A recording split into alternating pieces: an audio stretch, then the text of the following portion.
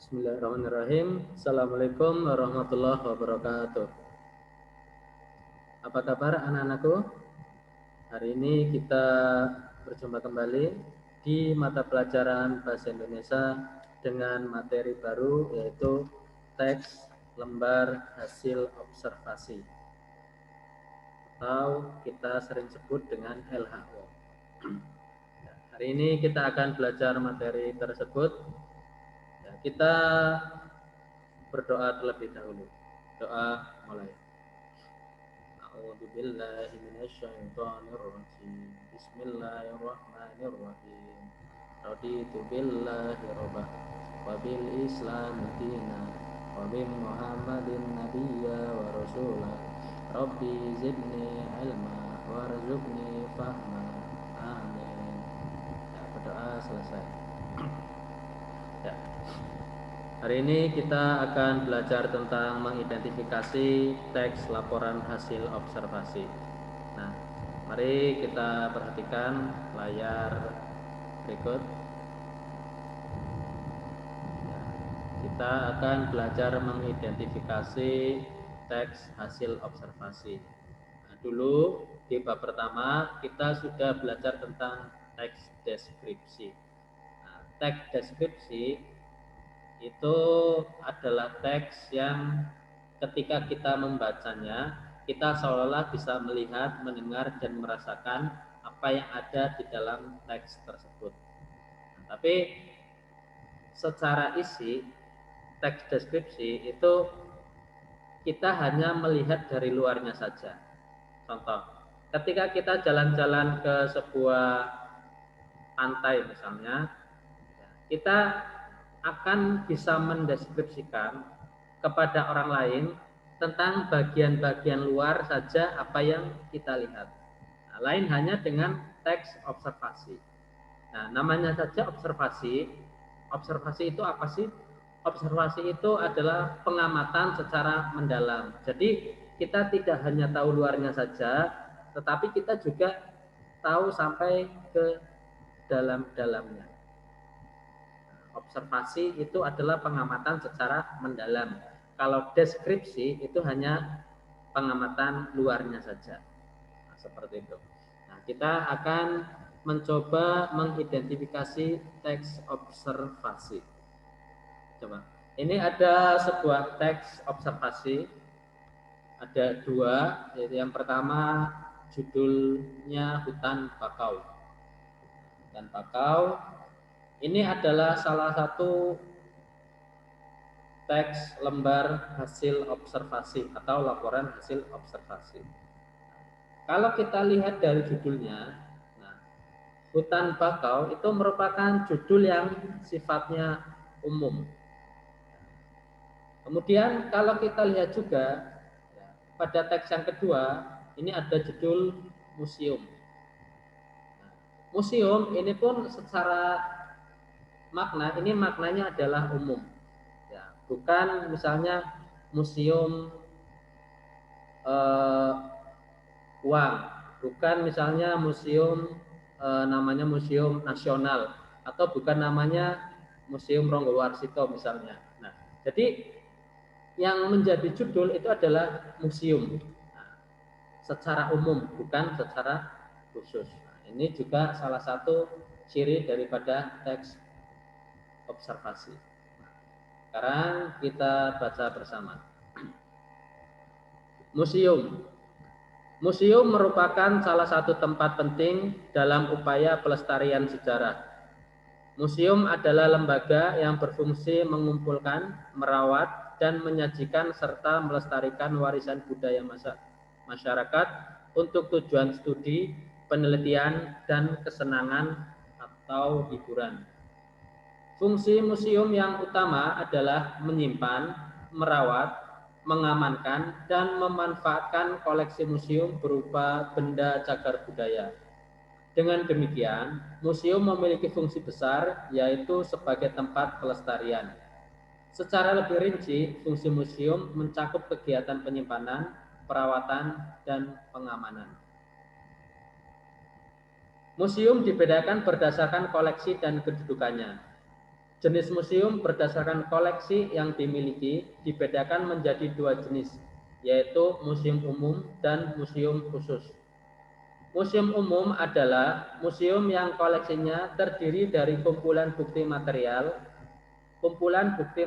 manusia dan atau lingkungannya yang berkaitan dengan berbagai cabang seni, disiplin ilmu, dan teknologi.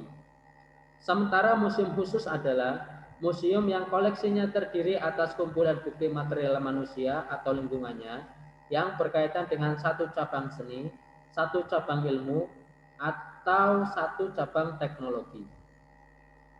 Berdasarkan kedudukannya, terdapat tiga jenis museum.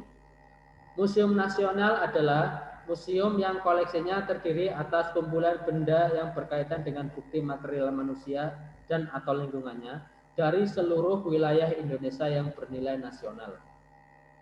Museum provinsi adalah museum yang koleksinya terdiri dari kumpulan benda yang berkaitan dengan bukti material manusia dan atau lingkungannya dari wilayah provinsi. Museum lokal, museum yang koleksinya terdiri atas kumpulan benda yang berkaitan dengan bukti material manusia dan atau lingkungannya dari wilayah kabupaten atau kota madya. Benda-benda yang dikoleksi di museum mencakup benda-benda dari berbagai disiplin ilmu. Dari disiplin ilmu geologi, koleksi museum meliputi fosil, batuan, mineral, dan benda bentukan alam lainnya seperti andesit dan granit. Dari disiplin ilmu biologi yang bisa dijadikan koleksi adalah rangka manusia, tengkorak, hewan, dan tumbuhan baik fosil ataupun bukan. Koleksi dari disiplin ilmu antropologi merupakan hasil budaya atau identitas suatu etnis. Selain itu, benda koleksi juga merupakan peninggalan budaya sejak masa prasejarah sampai masuk pengaruh barat. Koleksi lain adalah benda-benda yang memiliki nilai sejarah dan menjadi objek penelitian sejak masuknya pengaruh barat hingga sekarang. Negara, tokoh, kelompok, dan sejenisnya. Koleksi museum yang lain berupa alat tukar atau mata uang yang sah. Heraldika adalah lambang, tanda jasa, atau tanda pangkat resmi, cap atau stempel. Koleksi keramonologi yaitu koleksi barang pecah belah yang terbuat dari tanah liat yang dibakar. Sudah selesai. Teks ini diambil dari Pedoman Museum Indonesia. Kalau kita perhatikan, teks ini adalah teks yang sifatnya keilmuan.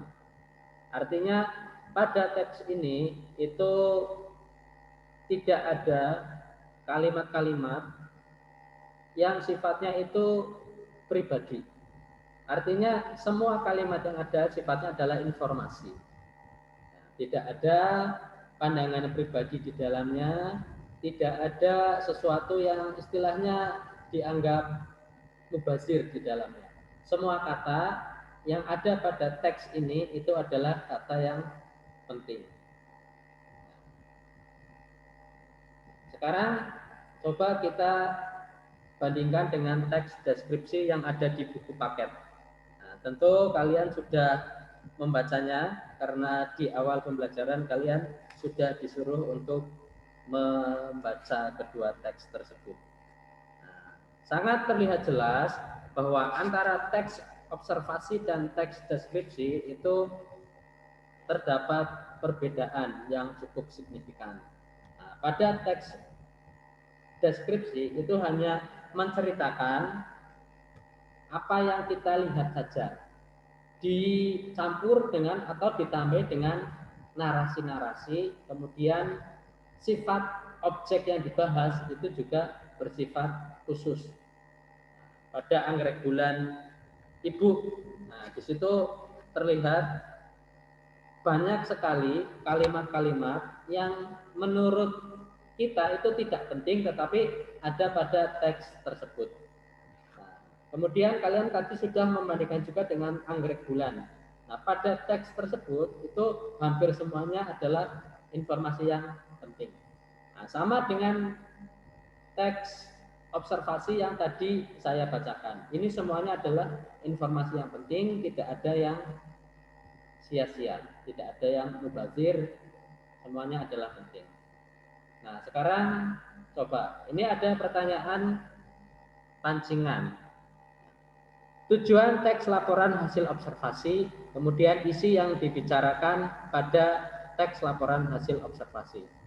Nah, ini di sini terlihat bahwa setelah kita membacanya, kita bisa menyimpulkan bahwa ya, kalau kita lihat isinya, isi yang dibahas pada teks laporan hasil observasi itu adalah isinya adalah ilmu tentang suatu objek atau konsep.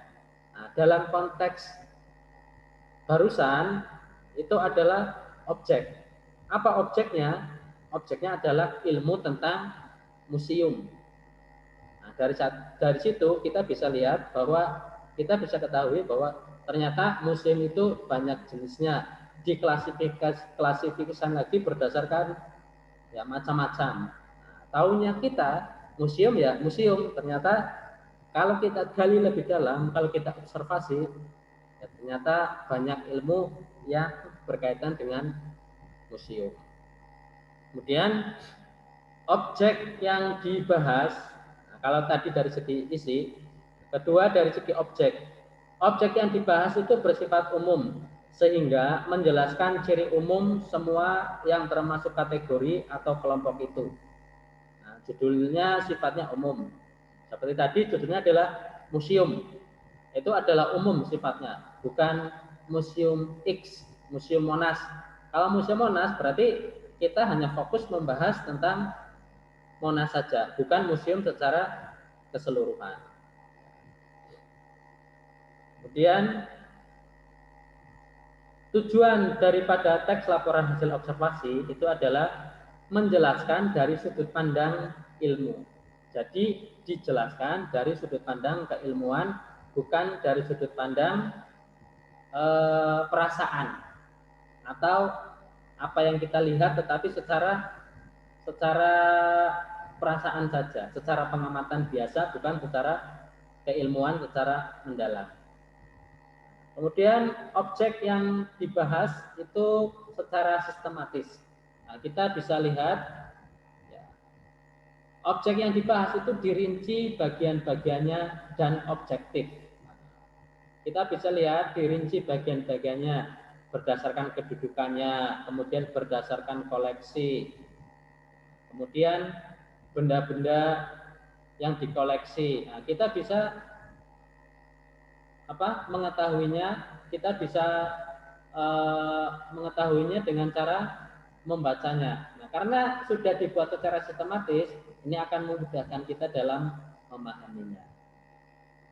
Jadi yang terakhir ini ada memerinci objek atau hal secara sistematis dari sudut pandang ilmu. Nah, ini hampir sama dengan yang keempat tadi. Jadi dibuat laporannya itu secara sistematis. Nah, ini yang pertama dari definisinya, kemudian klasifikasi, kemudian jabaran ciri objek. Nah, kalau kita perhatikan, nah, ini definisinya, kemudian klasifikasinya, kemudian ya, dijabarkan lagi secara spesifik. Nah, ini kalau kita perhatikan sistemnya itu seperti itu, sistematis secara urut. Nah, kemudian setelah kita mengetahui bentuk daripada teks observasi, juga ciri-cirinya, sekarang kita bisa simpulkan teks observasi itu adalah teks yang berfungsi untuk memberikan informasi tentang suatu objek atau situasi setelah diadakannya investigasi penelitian secara sistematis. Teks laporan hasil observasi menghadirkan informasi tentang suatu hal secara apa adanya, lalu dikelompokkan dan dianalisis secara sistematis sehingga dapat menjelaskan suatu hal secara rinci dan dari sudut pandang keilmuan. Teks ini berisi hasil observasi dan analisis secara sistematis. Laporan hasil observasi ini juga bisa berupa hasil riset secara mendalam tentang suatu benda, tumbuhan, hewan, konsep atau ekosistem tertentu. Pada teks laporan hasil observasi ini biasanya berisi dengan fakta-fakta yang bisa dibuktikan secara ilmiah. Nah, jadi sifatnya adalah keilmuan, bukan secara pengalaman pribadi, itu bukan, tapi secara sudut pandang ilmu. Nah, sekarang kita akan coba mengidentifikasi ciri bahasa teks laporan hasil observasi. Kalau kita lihat tadi,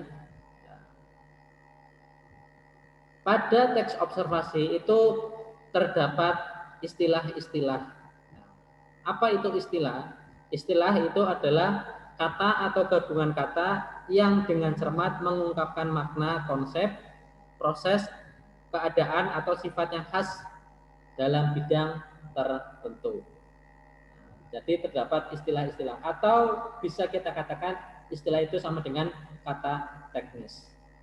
Nah, kalau kita perhatikan di teks tadi itu ada istilah-istilah. Nah, coba kita cari istilah-istilah apa saja yang ada pada teks tersebut.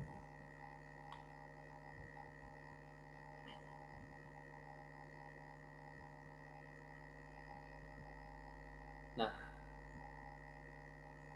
kalau kita perhatikan, ada kata bukti material. Ini adalah istilah. Kemudian ada kata lain lagi, ilmu geologi. Nah, kata ini tidak semua orang tahu artinya. Kata ini digunakan pada bidang tertentu. Nah, ini namanya istilah. Banyak di teks observasi itu menggunakan istilah-istilah seperti ini. Nih, contohnya ada andesit, granit, antropologi, heraldika, dan lain-lain. Nah, itu adalah istilah-istilah yang muncul pada teks observasi. Misalnya teks itu membahas tentang museum, misalnya museum tentang hewan misalnya. Nanti di situ ada banyak istilah-istilah yang berkaitan dengan hewan. Jadi istilah-istilah ini muncul nanti sesuai dengan tema atau topik apa yang dibahas atau dilaporkan. Nah, kemudian ciri yang lain ini juga menggunakan bahasa baku. Menggunakan bahasa baku. Nah, jadi ketika kita membaca teks observasi itu semuanya menggunakan bahasa baku. Nah, ketika tidak ditemukan kata baku, ketika ditemukan kata tidak baku, nah itu namanya ada kesalahan. Contoh misalnya, pada kata antropologi. Antropologi dengan penulisannya seperti ini adalah benar. Karena apa? Digabung. Tetapi ketika kita menemukan kata antro spasi pologi itu menjadi salah. Ini benar. Kemudian ketika ada kata etnis, kalian temukan kata etnis ini dengan etnik pakai C. Nah, itu nanti akan menjadi kesalahan. Seperti itu. Kemudian kita juga bisa melihat bahwa pada teks observasi itu terdapat yang namanya kalimat definisi dan kalimat klasifikasi. Singkatnya, kalimat definisi itu adalah kalimat yang memberikan pengertian. Kalau kalimat klasifikasi itu adalah kalimat yang mengelompokkan atau membagi. Nah, kita bisa lihat pada teks museum yang tadi. Nah, mana sih yang dimaksud dengan kalimat klasifikasi? Nah, kalimat klasifikasi itu adalah kalimat yang menjelaskan. Contohnya ini. Museum merupakan salah satu tempat penting dalam upaya pelestarian sejarah. Nah, kalimat ini namanya kalimat klasifikasi. Maaf, kalimat definisi. Kenapa? Karena kalimat ini berisi penjelasan. Nah, lihat pada kata merupakan. Merupakan ini adalah penjelasan. Kemudian museum adalah lembaga yang berfungsi mengumpulkan dan seterusnya. Nah, kalimat ini juga merupakan kalimat definisi. Kenapa? Karena kalimat ini menjelaskan tentang pengertian museum. Nah, jadi kalau ada kalimat menggunakan merupakan dan menggunakan kata adalah, itu adalah kalimat definisi. Nah, kemudian muncul juga yang namanya kalimat klasifikasi. Apa itu? Kalimat yang membagi atau mengelompokkan. Contohnya ini. Museum dibedakan berdasarkan koleksi dan kedudukannya. Nah, kalimat ini adalah kalimat yang membagi atau menggolongkan. Museum dibedakan berdasarkan koleksi dan kedudukannya. Kalimat ini namanya adalah kalimat klasifikasi. Kemudian jenis museum, kalimat selanjutnya, jenis museum berdasarkan koleksi yang dimiliki dibedakan menjadi dua jenis, yaitu museum umum dan museum khusus. Ini pun namanya kalimat klasifikasi. Karena apa? Karena membedakan atau membagi menjadi dua jenis. Adapun kalimat selanjutnya, museum umum adalah, nah ini adalah kalimat klasifikasi. Kemudian pada kalimat sementara museum khusus adalah, ini pun namanya kalimat definisi. Oh maaf, ini yang tadi museum umum adalah itu kalimat definisi. Kemudian sementara museum khusus adalah, ini juga kalimat definisi. Pokoknya kalau ada kalimat yang menggunakan adalah dan merupakan, itu adalah kalimat definisi.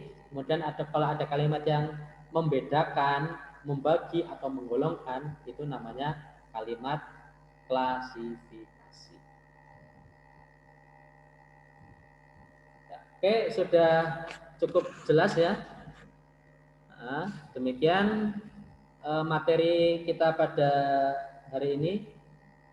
Tadi materinya adalah mengidentifikasi teks hasil observasi. Nah, mengenali teks hasil observasi dan sedikit kita bedakan dengan teks deskripsi. Karena ya, dua teks ini adalah jenis teks yang berbeda. Jangan sampai kita salah menyebutkan namanya. Demikian materi kita pada siang hari ini, kurang lebihnya mohon maaf. Sekian, wassalamualaikum warahmatullahi wabarakatuh.